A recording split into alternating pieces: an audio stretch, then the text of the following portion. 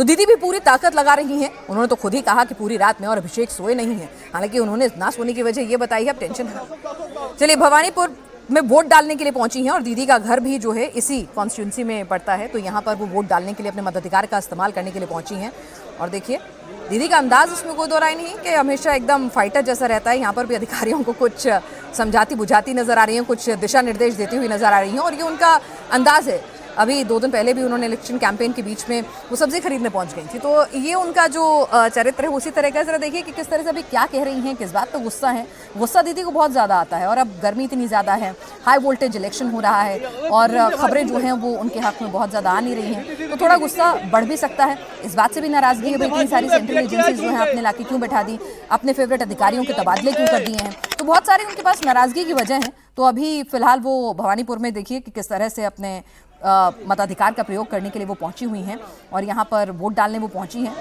तो भवानीपुर भी भाई ठीक है, दावे अपनी एक तरफ से हो रहे हैं, लेकिन बताया जा रहा है कि दीदी के लिए जिस तरह से लैंडस्लाइड विक्ट्री की बात करते हैं वैसा नहीं होने वाला है, क्योंकि इस बार एसआईआर में नाम भी कटे हैं। जो जीत हार का मार्जिन था लगभग उतने ही नाम जो है एसआईआर में कट भी गए।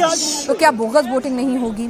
फिर उसके बाद कहा जा रहा है कि दीदी से जो एंटी इनकम्बेंसी है, फिर सुवेंदु अधिकारी जैसा अगर नेता आपके सामने टक्कर देखने आ जाए और वो बूथ मैनेजमेंट भी जानता हो, वो अब टीएमसी का पूरा जो तरीका है चुनाव लड़ने का उसको भी, उसकी काट भी जानता हो, तो निश्चित तौर पे दीदी को घेरना उनके लिए आसान हो जाएगा। हालांकि नंदीग्राम नहीं है जहां पर वो परंपरागत तौर पर उनका इलाका माना जाए।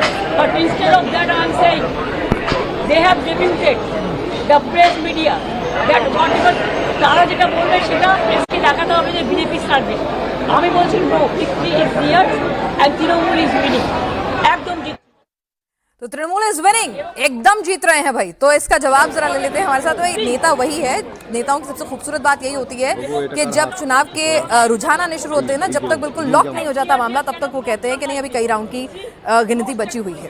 तो अभी तो फिलहाल पोलिंग चल रही है, तो विक्ट्री साइन दिखा रही हैं वो, और अपने जो कार्यकर्ता थे उनको देखते ही उनमें उत्साह भर गया था और वो नारेबाजी करने लगे थे। तो उनको समझा बुझा रही हैं कि देखिए अभी आप शांत हो जाइए। Instead of secure the border, they are securing one political party. I'm sorry, I have never seen this type of thing. Because in my life, I'm fighting my election since 1984. And this time the atrocities terrible. এত atrocity হচ্ছে, এত অত্যাচার হচ্ছে। এবার আমার পাড়ায় ঢুকে পর্যন্ত মেয়েদের মেরেছে। আর কয়েকটা ওসি নিউলি ডেপুটেড হয়েছে, কালীঘাট, ভবানীপুর, লাইক চিত্রা। मैडम छोटो शिशुदेरों गाয়ে हाथ दिए, বাচ্চাদের মেরেছে, মেয়েদের মেরেছে, ছেলেদের পিটিয়েছে, এজেন্টদের বের করে দিয়েছে। दीदी एक वीडियो वायरल हो रहा है जिसमें वो लाठी से मार रहे हैं।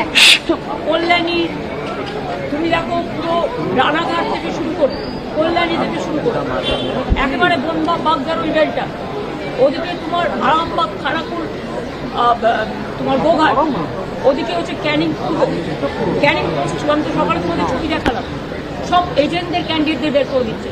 Is it the free and fair election? Will you take it up legally? It is already there.